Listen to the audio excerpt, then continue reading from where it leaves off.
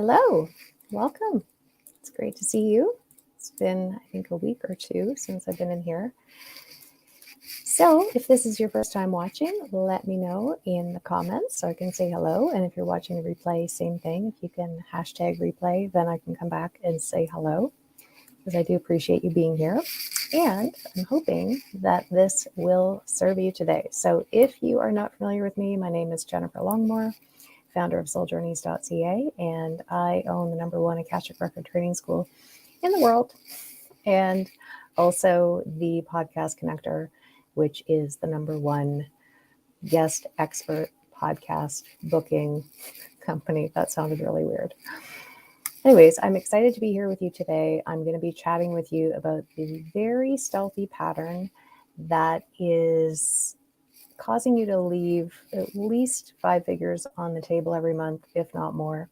So I'm sure you're excited to hear what that is.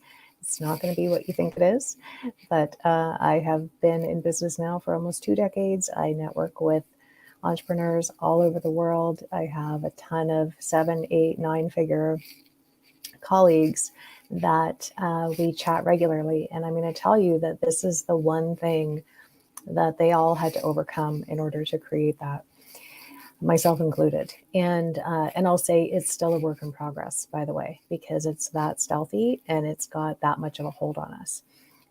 It's a product of our programming. It's a product of living in this distorted reality.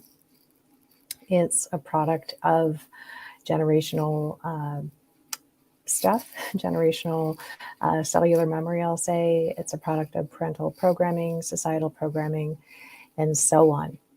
And it really just takes us away from our divinity and from our beingness. And the more we be, and the more we are committed to just be who we are, without apology, without explanation, without justification, the more this pattern will shift. So, are you ready to hear what it is? I've been talking a lot with my clients about this recently, and it's something I can recognize because, of course, as I mentioned, I have this too. I just have a better handle on it than I used to.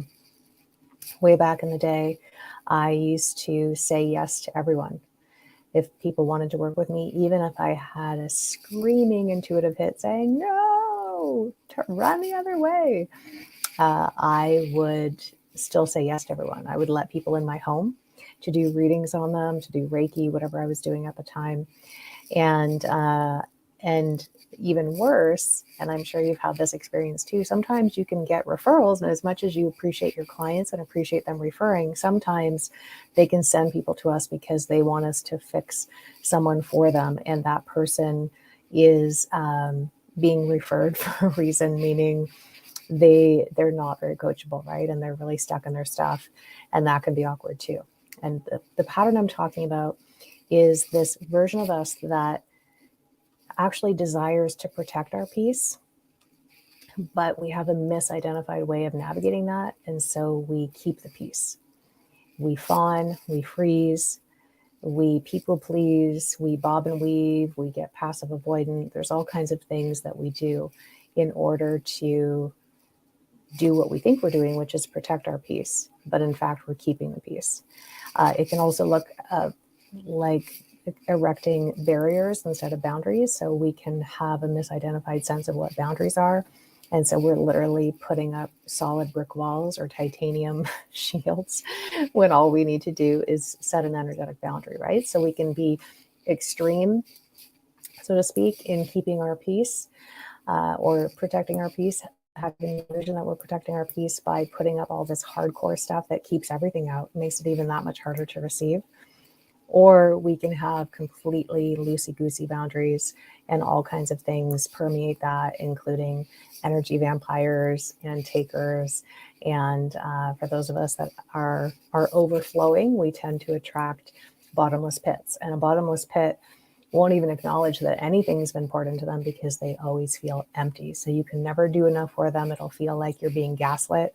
You'll be accused of not doing anything for people when in fact, those are the people that you go above and beyond for. And why do we do all of this? We do this to keep the peace, when our true desire on a deep, deep level is to protect our peace.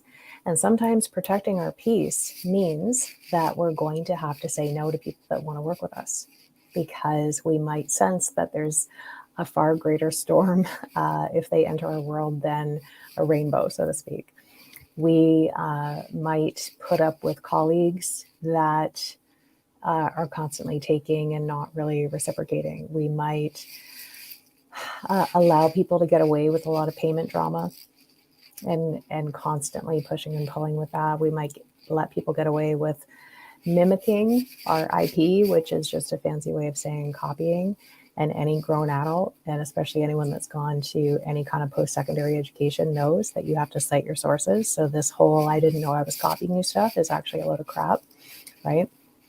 There's all kinds of ways that we keep our peace. And in keeping our peace, that we have the illusion that we're protecting our peace, but actually we're creating a massive, massive money leak, because there's all kinds of things that we will disregard, particularly our intuition, which is our superpower when it comes to business, because we're trying to stay safe, right? We're trying to protect ourselves from attack, from judgment, from people outing you on the internet, saying you're the biggest meanie in the whole world, and all kinds of other things. When we're trying to keep our peace, we preemptively do things or don't do things to keep our peace, right? We post vanilla content on the internet that's boring and makes people fall asleep because we want to keep the peace. We might die if someone actually disagrees with us on our post or calls us a name, right? And someone who wants to protect their peace knows damn well that there's a perfectly good block button that is still working, right? And it's not to say we need to karate chop people and amputate people out of our lives and just like draw a line really quickly, although sometimes that's necessary. But it's about looking at what are all the things that you're not doing in your business because you're trying to keep the peace. What are all the conversations you need to have that you're not because you're trying to keep your peace? What are the behaviors you're allowing people to get away with in your spaces because you're trying to keep the peace? All of that is costing you money, because none of those folks are ideal for you. If people are in your world taking, being a vampire, gossiping, backbiting you, stealing your shit, or anything in between, they are not worthy of being in your space. But instead, you'll contract, you'll dance, you'll bob and weave, you'll be passive avoidant or passive aggressive, disassociate, leave your body. There's all kinds of trauma responses that we can have in order to, under the illusion of protecting our peace, engage in.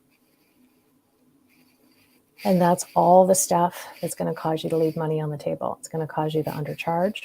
It's going to cause you to not draw a line in the sand on some of your opinions that actually need to be shared. Leaders have opinions. Leaders lead their communities. People want to know where leaders stand on certain topics that are important to them.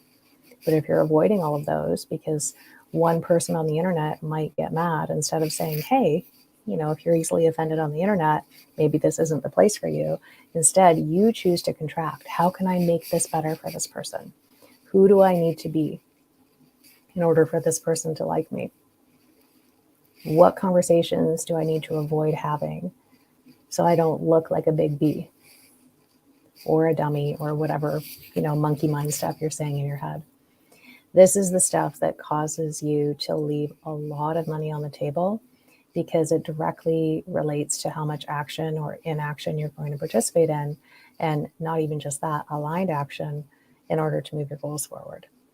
So what if it's time for you to start doing direct outreach, right? At the risk of someone thinking you're the biggest weenie in the whole world, right? What would happen if you just reached out to someone you're being guided to reach out to and asking them whatever you're being guided to ask them? What's the worst case scenario? They're going to tell you where to go. You will survive that. In fact, that's just information. That's good information to have, right? You made a simple request, and hopefully you're doing it in a way that's classy, right? You make a simple request. If that person responds in an extreme way, that's information for you. And that's presumably helpful information for you.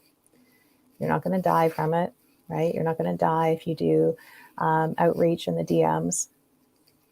Yes, there's a way to do that, which is something we go over in various programs that I have.